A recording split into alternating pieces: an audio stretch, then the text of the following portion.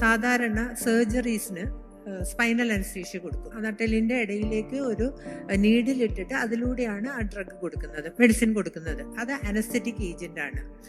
ഈ എപ്പിഡ്യൂറൽ എന്ന് പറയുന്നത് അതേ നീഡിലൂടെ തന്നെ ഒരു പെയിൻ കില്ലർ കൊടുക്കുന്നതാണ് എപ്പിഡ്യൂറൽ അനാൾജസിയ എന്ന് പറയുന്നത്.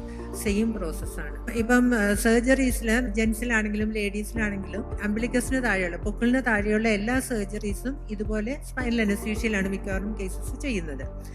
ഒരിക്കലും ആണുങ്ങൾ ഒരു സൈഡ് ഇഫക്ട്സ് അതിന് പറയാറില്ല, അല്ലേ? അങ്ങനെ ബാക്ക് ഏക്ക് ഒന്നും പറയാറില്ല. അത് ഈ എപ്പിഡ്യൂറിൽ ഇട്ടിട്ട് ബാക്ക് ഏക്ക് പറയുന്നത് നോർമലി തന്നെ ഡെലിവറി കഴിഞ്ഞ ചിലരിൽ ബാക്ക് ഏക്ക് ഉണ്ടാകും. അത് പ്രഗ്നൻസിയിലേ ഉണ്ടാവും. ലംബാർ ലോഡോസിന്റെ വേർട്ടിബ്രയുടെ ആ ഒരു ആംഗിൾ മാറുന്നത് കൊണ്ട് ബാക്ക് പെയിൻ വരും. പിന്നെ പല കോസസ് ഉണ്ട്. ഒബേസ് ആകുന്നത് കൊണ്ട്, അബ്ഡോമിനൽ ഫാറ്റ് കൂടുമ്പോഴത്തേക്ക് ആ കർവേച്ചർ മാറുന്നത് കൊണ്ടൊക്കെയാണ്. സ്പൈൻ്റെ കർവേച്ചർ മാറുന്നത് കൊണ്ട് പെയിൻ വരും. മസിൽ പെയിൻ ഉണ്ടാകാം. ഓക്കെ, അതൊക്കെ അതിൻ്റെ കാരണങ്ങൾ വേറെയാണ്. എപ്പിഡ്യൂറൽ കൊണ്ട് ബാക്ക് ഏക്ക് വരില്ല. പിന്നെ എപ്പിഡ്യൂറൽ നല്ലത് തന്നെയാണ്. ഇപ്പം പറഞ്ഞില്ലേ, ലേബർ റൂമിൽ പേഷ്യൻസ് കിടക്കുമ്പോഴത്തേക്ക് അവർക്ക് ഇപ്പം ബാക്കിയുള്ളവരുടെ ബിഹേവിയർ ശരിയായിട്ട് തോന്നില്ല. അതെല്ലാം ആ സ്ട്രെസ്സിൽ നിന്നുണ്ടാകുന്നതാണ്. അപ്പം പെയിൻ എന്ന് പറയുന്നത് അതൊരു എൻജോയ് ചെയ്യാവുന്ന ഒരു ഇതല്ലല്ലോ. നമുക്ക് ശരിക്കും സ്ട്രെസ്ഫുൾ ആണത്, അത് അനുഭവിക്കാന്നുള്ളത്.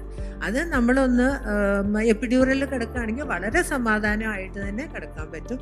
90% പെയിൻ റിലീഫ് ഉണ്ടാകും. അതുകൊണ്ടൊരു പ്രോബ്ലംസ് ഉണ്ടാവില്ല. പിന്നെ നമുക്കിപ്പം എപ്പിഡ്യൂറൽ ഇട്ട് കഴിഞ്ഞാൽ മദറിനെയും ബേബിയെ മോണിറ്റർ ചെയ്യാനുള്ള കണ്ടിന്യൂസ് മോണിറ്ററിങ് ഉണ്ട്.